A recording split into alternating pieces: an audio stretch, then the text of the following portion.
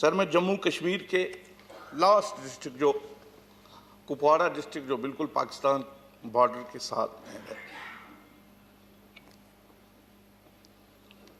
मैंने अपनी शुरुआत सर म्यूनिसिपल कमेटी के वार्ड मेंबर से शुरू किया सर। इलेक्शन लड़ा है सर। वो इलेक्शन भी जैसे कल हमारे प्रधानमंत्री जी ने कहा कि हमने वहाँ पे डीडीसी का इलेक्शन आज वहाँ 70 साल के बाद हुए, तब वो 27 साल के बाद हुआ था सर। उसके बाद मैं उस म्यूनिसिपल कमेटी का चेयरमैन बना, लेकिन कभी ये नहीं सोचा था कि मैं इस राज्यसभा में पहुँचूंगा। म्यूनिसिपल कमेटी से मैं जब निकला तो मुझे मुफ्ती साहब ने कहा कि आप इस छोटा सा शहर है सर, अब थोड़ा जो आसपास के गांव हैं उनमें भी जाया करो। तो कम से कम 8-10 साल में हर गांव में गया सर, क्योंकि हम मेन स्ट्रीम में थे सर। तो 2014 में मैं जम्मू में था तो मुझे अचानक कॉल आई महबूबा जी की कि आप जाओ उधर, वहाँ असेंबली में सेक्रेटरी है मोहम्मद रमज़ान साहब, आपको हमने राज्यसभा में भेजना है। तो मैं गया सर। पहले मुझे लगा पता नहीं ये फ़ोन ये क्या सही है, तो मैंने किसी को बोला यार ये देखो ये कॉल जो आई है क्या ये सच है कि मैं सपना देख रहा हूँ। तो बहरहाल उन्होंने मुझे भेजा सर। तो मुफ्ती साहब ने हमें बुला के लिया। मुफ्ती साहब ने कहा कि आपको मैं राज्यसभा में इसलिए भेज रहा हूँ, हमारा जो मुल्क है बहुत बड़ा है, महान है। वहाँ जब आप जाओगे, जिस सदन में मैं आपको भेज रहा हूँ, वहाँ इस मुल्क की क्रीम है, उनसे आप कुछ सीखोगे और वो सीख के आप फिर यहाँ पे अपने लोग, आप नौजवान हो, आके फिर यहाँ अपने मुल्क के बारे में अपने लोगों को बताओगे, यहाँ के नौजवानों को बताओगे। राज्यसभा में काम करना एक बहुत बड़ा तजुर्बा था। इसमें बहुत कुछ सीखने को मिला, बहुत कुछ सहना पड़ा। अपने मुल्क और रियासत के मसाइल को उबारने की भरपूर कोशिश की। कहीं कामयाबी मिली तो कहीं पे छल नहीं हुआ। दुख तब होता है सर, कभी कभी मैं देखता हूं सर, हमारे जो टीवी चैनल्स हैं, हम लोग जो वहां कश्मीर में मेन स्ट्रीम वाले हैं सर, हम देश के लिए काम करते थे सर। गांव गांव में इस देश का झंडा लेके जाते थे। और कभी हम देखते हैं सर, कभी किसी टीवी चैनल पे कोई कहता है कि मैं कश्मीर में जाके झंडा लगाऊंगा अपने देश का, तो हमें दुख पहुंचता है। जब सेपरेटिस्ट वहां कॉल देते थे बाइकआउट की, हम लोग निकलते थे, लोगों को निकालते थे। भाई रास्ता ये है, रास्ता वो नहीं है। लेकिन दुख उस वक्त होता है सर जब हमें कोई देशद्रोही कहे, वो हम सह नहीं पाते। जितने भी मेन स्ट्रीम पार्टियां हैं, गलतियां हुई है सर, गलतियां होती है।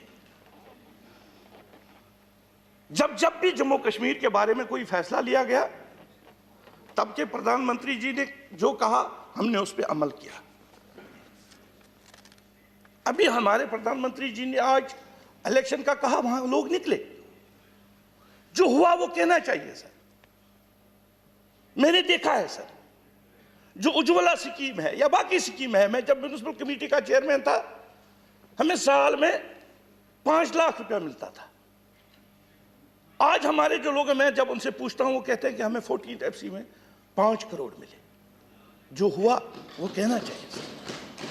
इसी तरह गैस का सर, कल तक हमारी जो लेडीज थी वो जंगल से लकड़ी लाती थी, जो ऊपर गांव में है, आज उनके घरों में भी गैस है। जो काम हुआ वो कहना चाहिए सर। लेकिन जहां हमें ये लगता है कि जब हमारे ऊपर भी कहीं पे खासकर इन मामलों में उंगली उठती है, तो वहां दुख होता है सर।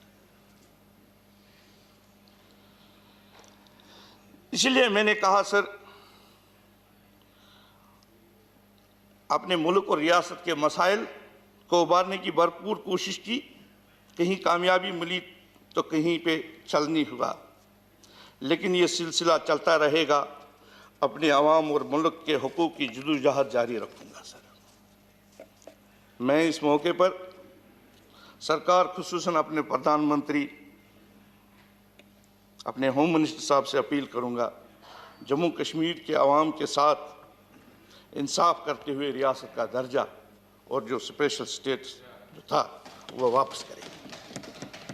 इससे जम्मू व कश्मीरियों का मुल्क पर भरोसा मजबूत होगा, मजीद मजबूत होगा, और ये मुल्क तरक्की की राह पर गामजन होगा। मैं 6 साल यहाँ पे रहा सर। आपकी वसादत से मैं कनाडा भी गया सर, लंदन भी गया। आपने मौका दिया, मैंने कभी ये सोचता भी नहीं कि मैं भी वहाँ जाऊँगा सर। कुछ साथी यहाँ पे साथ में थे, यहाँ पे हमारे पीयूष जी है, जेटली साहब थे, नड्डा साहब थे, जितेंद्र जी है, प्रधान जी है। सब उन्हें, जब भी हम इनके पास गए अपने स्टेट के मसाइल लेकर, इन्होंने कभी हमें मना नहीं किया। अगर कुछ मना हुआ, अगर कोई प्रॉब्लम हुई, वो हमारे स्टेट में जो हमारे लोग बैठे हैं, कोई ब्यूरोक्रेट या उनकी वजह से हुई। यहाँ से हमें कभी किसी चीज़ में मना नहीं किया। उसके लिए मैं इन सबका शुक्रिया अदा करता हूँ। आज़ाद साहब के साथ भी यहाँ, जब आज़ाद साहब चीफ मिनिस्टर थे तो मैं कभी सोचता था कि मैं आज़ाद साहब को मिलूँ सर, लेकिन वहाँ कभी मौका नहीं मिला। यहाँ मैं कम से कम 500 बार मिला, इनका भाषण सुना।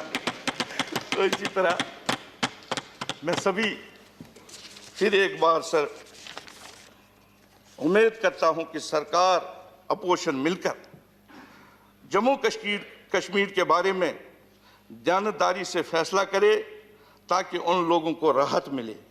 मैं एक बार फिर सभी सीनियर मेंबरान का शुक्रगुजार हूं, जिन्होंने हर मौके पर हमारी रहनुमाई की। शुक्रिया, धन्यवाद।